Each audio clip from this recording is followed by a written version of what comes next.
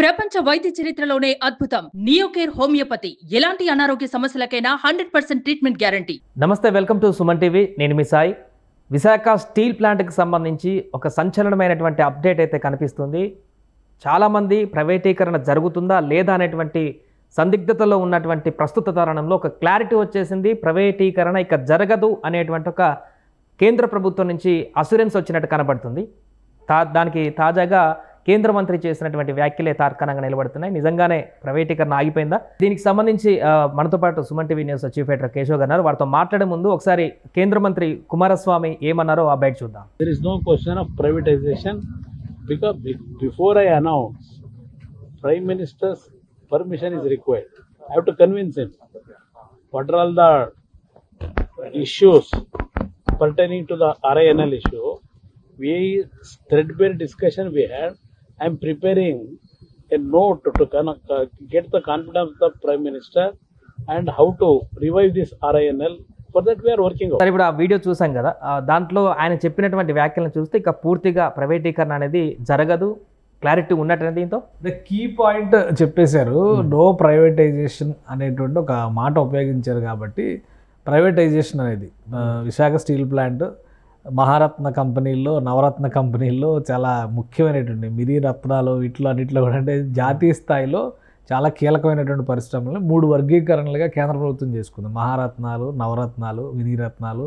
So ఈ కేటగిరీలో ఒక ప్రముఖ స్థానం ఇప్పటివరకు రాష్ట్రీయ ఇస్పాత్ నిగమ్ లిమిటెడ్ అనేటువంటి సంస్థ, Vizag steel, pride of steel అనేటువంటి స్లోగన్తో ప్రజలకు చేరువైనటువంటి ఈ సంస్థ ప్రైవేటైజేషన్ కావడానికి లేదా ప్రైవేటైజేషన్ చేయడానికి కావాల్సినటువంటి పరిస్థితులు ఏమీ లేవు అనేటువంటి అభిప్రాయాన్ని కుమారస్వామి కేంద్ర మంత్రి, ఉక్కు శాఖ మంత్రి హోదాలో ఆయన చెప్పారు.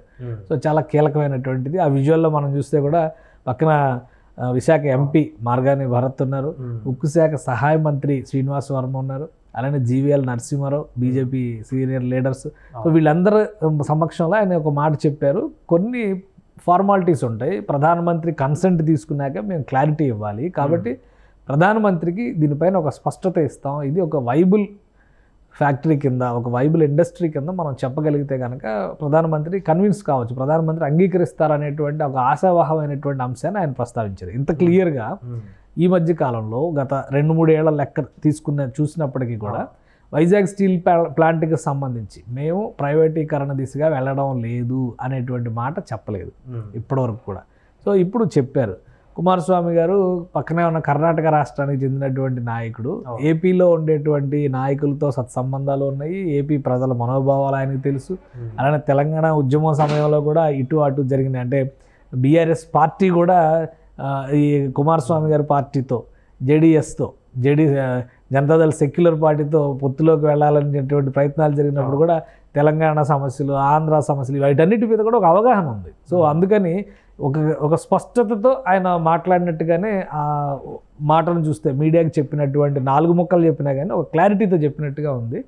సో బహుశా గతంలో కూడా ఇలాగే జరిగింది. ఇంకొకటి ప్యారలల్గా మనం ఇంకోటి ఆలోచించాల్సింది ఏంటంటే, చంద్రబాబు నాయుడు గారి టూర్ కూడా విశాఖలోనే జరుగుతుంది.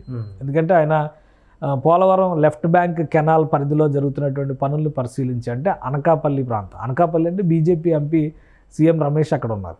సో వీళ్ళందరూ కూడా స్వాగతం పలికారు. అలానే నర్సీపట్నం ఎమ్మెల్యేగా ఇప్పుడు స్పీకర్గా ఉన్నటువంటి అయ్యన్న పాత్రుడు, వీళ్ళందరూ చంద్రబాబు నాయుడు గారు స్వాగతం పలికారు. అక్కడ ఆయన ఒక ప్రకటన చేశారు, విశాఖ స్టీల్ ప్లాంట్ ప్రైవేటైజ్ కాబోతోంది అని ఒక మీడియాలో వచ్చినటువంటి కథనం 2 రోజులుగా ఒక ఆందోళన రేకెత్తిస్తుంది. దానికి సంబంధించి కూడా టీడీపీ నేతలు కొంతమంది చాలా ఘాటుగా విమర్శలు కూడా చేశారు. అది ఉద్దేశపూరితంగా రాసింది. చంద్రబాబు నాయుడు గారు కూడా ఇవాళ ఒక స్టేట్మెంట్ ఇచ్చారు. ఇది ప్రొవోక్ చేస్తూ వైసీపీ నేతలు రాయించిన రాతలు అనేటువంటి విమర్శ చేశారు.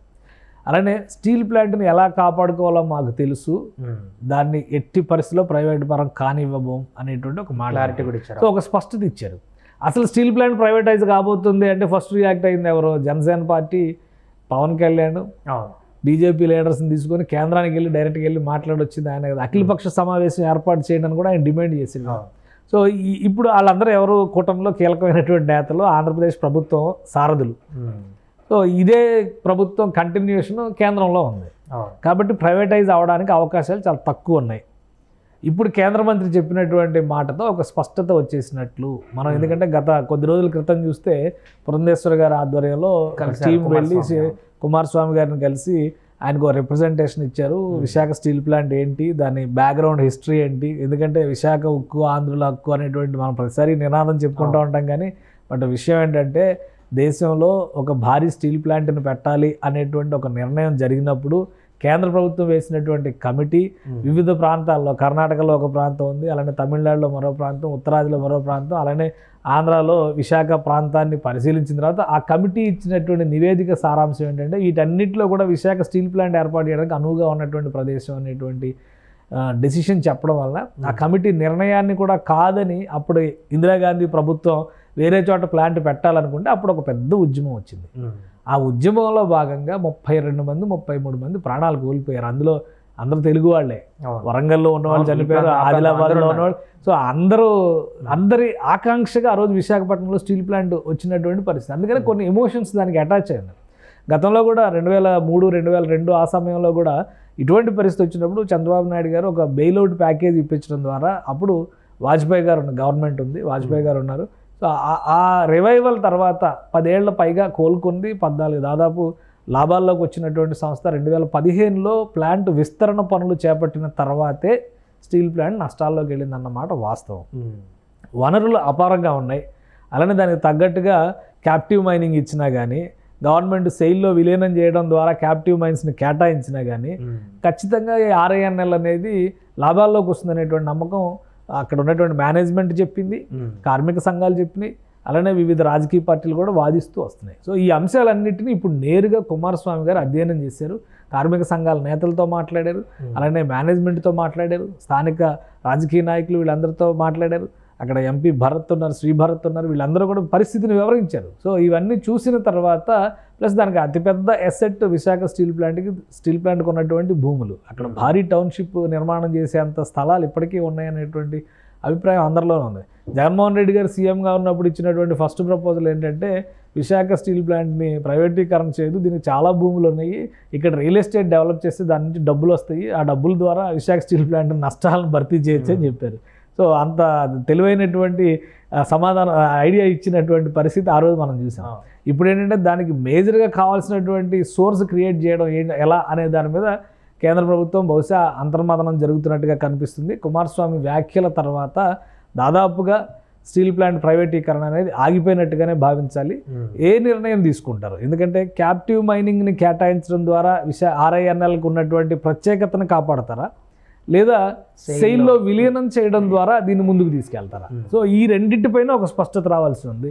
ప్రైవేటీకరణ అనేటువంటి అంశం ప్రస్తుతానికి వెనక్కి వెళ్ళిపోయినట్టుగానే మనం భావించాల్సి ఉంటుంది. స్థానిక ప్రభుత్వం అంటే ఆంధ్రప్రదేశ్ ప్రభుత్వం కూడా ప్రైవేటీకరణ అనేటువంటి అంశాన్ని ఎట్టి పరిస్థితిలో ముందుకు వెళ్ళనిచ్చేటువంటి వాతావరణం కనిపించడం లేదు. సో కుమారస్వామి స్టేట్మెంట్ తర్వాత విశాఖ ప్రైవేటైజేషన్ అనేది నో మోర్ ప్రైవేటైజేషన్ కింద మనం కన్క్లూడ్ చేయొచ్చు. రైట్. మొత్తానికి అది కేంద్ర మంత్రి కుమారస్వామి చేసినటువంటి కామెంట్స్తో అయితే విశాఖ వాసులు కాదు, ఆంధ్రప్రదేశ్ వాసులందరికీ కూడా, తెలుగు ప్రజలందరికీ కూడా ఒక సంతోషకరమైనటువంటి అంశమే అని చెప్పుకోవచ్చు. ప్రైవేటీకరణ ఇక జరగదనేటువంటి దాన్ని ఆయన క్లియర్ కట్గా చెప్పారు. దీంతో విశాఖ ఉక్కు కర్మాగారాన్ని ప్రైవేట్ పరం చేయకుండా ఏ రకంగా దాన్ని ముందుకు తీసుకువెళ్తారనేది కేంద్ర ప్రభుత్వం, రాష్ట్ర ప్రభుత్వం డిసైడ్ చేసి తర్వాత ప్రకటించేటువంటి అవకాశం అయితే కనిపిస్తుంది. సుమన్ టీవీలో మీ పర్సనల్ అండ్ బిజినెస్ ప్రమోషన్స్ కోసం కింది నెంబర్కి కాంటాక్ట్ చేయండి.